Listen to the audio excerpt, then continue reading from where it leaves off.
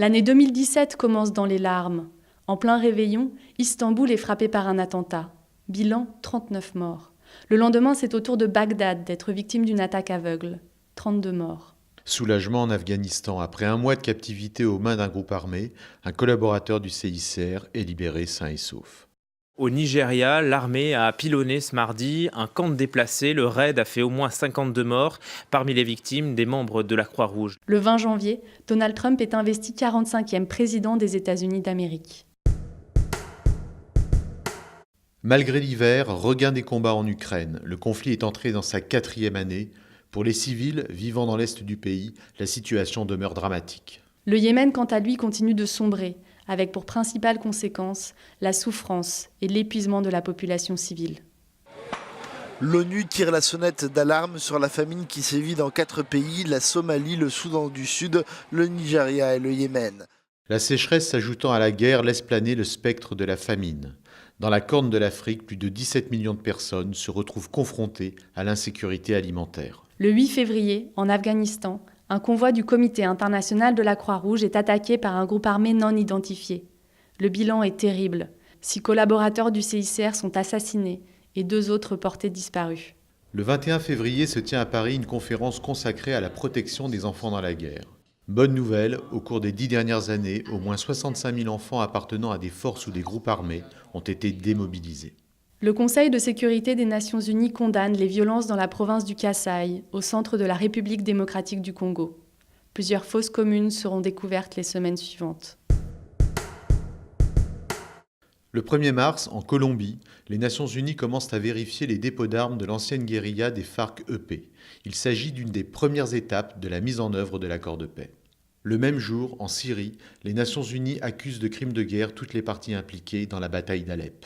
En Irak voisin, la population de Mossoul continue de subir les conséquences des combats. Le 3 mars, le CICR condamne fermement l'utilisation d'armes chimiques. En Europe, le Parlement hongrois vote la détention obligatoire pour tous les demandeurs d'asile. Le Premier ministre du pays, Viktor Orban, déclare « Nous sommes en état de siège ». Le groupe État islamique revendique le massacre survenu tôt ce matin dans le principal hôpital militaire de Kaboul. Près de 40 personnes ont été tuées par un commando d'insurgés déguisés en médecins. 8 mars, journée internationale du droit des femmes. Au Parlementarium de Bruxelles s'ouvre l'exposition du CICR « 11 femmes face à la guerre » du photographe Nick Danziger. Un travail de 20 ans pour illustrer les besoins particuliers des femmes dans les conflits armés. Nouvelles horreurs en Syrie. Le 11 mars, Damas est frappé coup sur coup par 2 attentats. Bilan, 74 morts. La même semaine, au Yémen cette fois, une embarcation avec à son bord des dizaines de civils est attaquée. Une 40aine de morts et de nombreux blessés.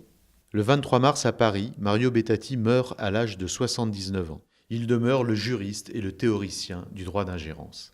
Le 24 mars, le Haut Commissariat pour les réfugiés annonce que près de 6000 migrants ont été secourus en 5 jours au large de la Libye. Depuis le début de l'année, au moins 649 personnes ont péri ou sont portées disparues en Méditerranée. À New York, aux Nations Unies, s'ouvre le 29 mars une conférence pour l'interdiction des armes nucléaires. Le président du CICR déclare qu'éradiquer les armes nucléaires de la surface de la planète est un impératif humanitaire. Le 1er avril, et ce n'est pas un poisson, la compétition pour la 7e édition du Visa d'or humanitaire du CICR est ouverte. Créé dans le cadre du festival Visa pour l'image, ce prix récompense un photojournaliste pour un travail consacré au thème des femmes dans la guerre. Une grande figure de l'humanitaire disparaît le 2 avril. Le docteur Pascal Grel-Thiboviel, médecin pionnier du CICR et cofondateur de Médecins sans frontières, a refermé son dernier carnet de mission.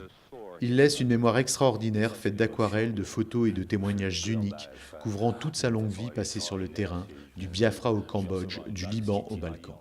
À quelques jours du 20e anniversaire de l'entrée en vigueur de la Convention sur l'interdiction des armes chimiques et leur destruction, nouvelles horreurs en Syrie. Le 4 avril, à Khan Sheikhoun, au nord-est du pays, témoignages et images révèlent la mort de dizaines de personnes victimes d'une attaque chimique. Les États-Unis désignent comme responsable le régime syrien. 3 jours plus tard, ils détruisent la base aérienne d'où serait partie l'attaque.